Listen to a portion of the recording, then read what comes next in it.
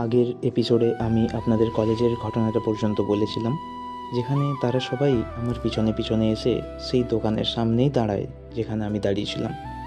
আমি তাদেরকে আমার দিকে এগোতে দেখে একটু ভয় পেয়ে যাই। তারপর তারা এসে আমাকে মারধর করতে শুরু করে, কিন্তু আমার বন্ধুগুলো সেখানে আমাকে সাহায্য করে সেখান থেকে বেরিয়ে আসতে। তারপর আমি সেখান থেকে পালিয়ে বাড়ি চলে যাই। তার পরের দিন অপর্ণা আমাকে কল করে এবং সে আমাকেই দোষারোপ করতে থাকে এবং অনেক কিছু কথা শোনায়, কারণ তাকে এ বাড়িতে গিয়ে তার দিদি, দাদা এবং বাবা বলে আমি নাকি তাদেরকে মেরেছি। ওর মুখ থেকে এই সব কথা শুনে আমারও খুব রাগ হয়। আমি ওকে বলি, তোর অন্তত একবার আমার কাছ থেকে শোনার প্রয়োজন ছিল যে ঠিক কী হয়েছিল। তা না করে তুই তোদের বাড়ির লোকের কথায় আমাকেই কথা শোনাচ্ছিস। আমি বলি, ঠিক আছে, আমার তোর সাথেও কথা বলার আর কোনো ইচ্ছে নেই। এই বলে আমি ফোনটা কেটে দিই। তারপর 3-4 দিন ওর দিক থেকে কোনো কল বা মেসেজ কিচ্ছু আসেনি। তারপর একদিন রাত্রে প্রায় 1টা নাগাদ ওর কল আসে। তখন আমাদের অনেকক্ষণ কথা হয় এবং তার কাছেও সব কিছু স্পষ্ট হয়ে যায়। আমি তাকে তার বিয়ের ব্যাপারে জিজ্ঞেস করি। সে জানায় যে এখনও কিছু ঠিক হয়নি, ব্যাস পাত্র দেখা চলছে। এরকমভাবেই আবার বেশ কিছুদিন পার হয়ে যায়।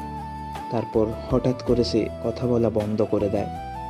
আমি প্রতিদিন ওর মেসেজের অপেক্ষা করতাম, কিন্তু আমার শুধু অপেক্ষা করাই হতো। তারপর একদিন একটা অন্য নাম্বার থেকে তার মেসেজ আসে। নতুন নাম্বার দেখে আমি তাকে জিজ্ঞেস করি যে এটা কার নাম্বার। সে তখন বলে, এটা আমার নতুন নাম্বার। আমার বিয়ে ঠিক হয়ে গেছে এবং আমাদের বাড়ির লোক সেই ছেলেটির সাথে কথা বলার জন্য এই সিমটা আমাকে কিনে দিয়েছে। সে আমাকে তার বিয়ে ঠিক হয়েছে এটা জানানোর জন্যই মেসেজ করে। সাথে আমাকে এটাও বলে যে যত তাড়াতাড়ি সম্ভব আমি যেন তাকে ভুলে যাই, কারণ আর কিছু করার নেই। আমি তাকে অনেক বোঝানোর চেষ্টা করি, কিন্তু কোনো কিছুতেই কাজ হয় না। সে না তাদের বাড়ির লোককে কিছু বলতে পারতো, আর না পারতো সবাইকে ছেড়ে আমার সাথে পালিয়ে আসতে। আমি তার মেসেজের জন্য সব সময় অপেক্ষা করতাম, কিন্তু সে আমাকে অবহেলা করতে শুরু করে। সে সব সময় ওই ছেলেটার সাথে কথা বলতে থাকে। এই সব দেখে আমার অনেক কষ্ট হয়। সে যখনই আমার খোঁজ নেওয়ার জন্য আমাকে মেসেজ করতো, আমি ঠিক তখনই তাকে মানানোর নানা রকম চেষ্টা করতাম।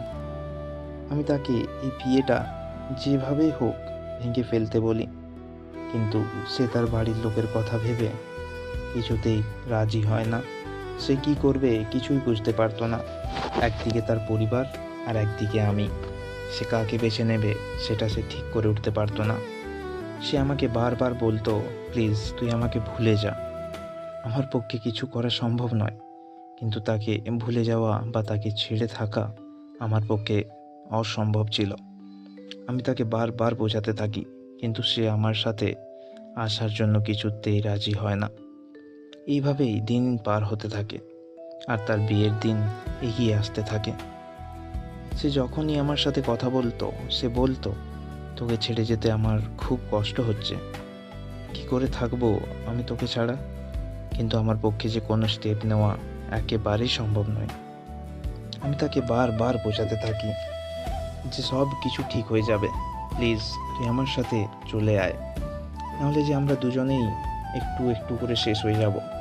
কিন্তু সে তাদের বাড়ির সবার ক্ষতি হয়ে যাওয়ার ভয়ে কিছুতেই সেই স্টেপটি নিতে রাজি হয় না। কিন্তু আমি কিছুতেই হাল ছাড়তে পারতাম না। আমি ওকে বারবার বোঝাতেই থাকতাম, আর একদিন সে আমার সাথে আসার জন্য রাজি হয়ে যায়।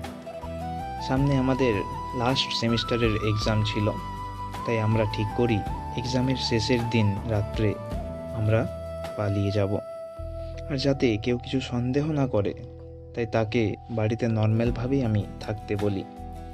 আমাদের বাড়িতে যেহেতু সবাই ওকে মেনে নিতে রাজি ছিল, তাই আমি বাড়িতে সব কিছু জানাই। তারপর এক্সামের শেষের দিন রাত্রি প্রায় 12:30 নাগাদ আমি ওকে নিয়ে বাড়ি থেকে পালিয়ে যাই। 21 জুন 2025 আমি তাকে নিয়ে পালিয়ে যাই এবং 23শে জুন আমরা একটা মন্দির থেকে বিয়ে করি। অনেক ঝড়ঝাপটা পার হওয়ার পর আমরা এক হতে পেরেছি। আজ আমরা একসাথে অনেক হাসি খুশিতেই আছি। ওকে পাওয়ার জন্য চেষ্টার কোনো ত্রুটি রাখিনি বলেই হয়তো সে আজ আমার সাথে। কথায় আছে না, তুমি যদি কাউকে ভালোবাসো তাহলে এমনভাবে ভালোবাসো যেন সৃষ্টিকর্তাও বলে নিয়ে যাও, এর উপর শুধু তোমারই অধিকার আছে।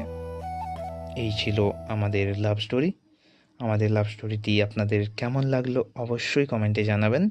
লাভ স্টোরিটি যদি ভালো লেগে থাকে তাহলে অবশ্যই লাইক করে চ্যানেলটি সাবস্ক্রাইব করে দেবেন।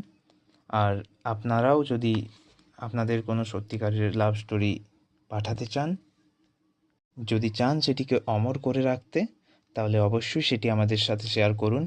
হয়তো পরবর্তী লাভ স্টোরিটি আপনার পাঠানোই হবে এবং সেটি আমাদের ভালোবাসার ডায়েরিতে চিরদিন অমর হয়ে থাকবে। আজকের মতো এখানেই শেষ। শীঘ্রই আসবো আরও একটি হৃদয় ছোঁয়া সত্যিকারের ভালোবাসার গল্প নিয়ে। ততদিন সবাই ভালো থাকবেন, সুস্থ থাকবেন। ধন্যবাদ।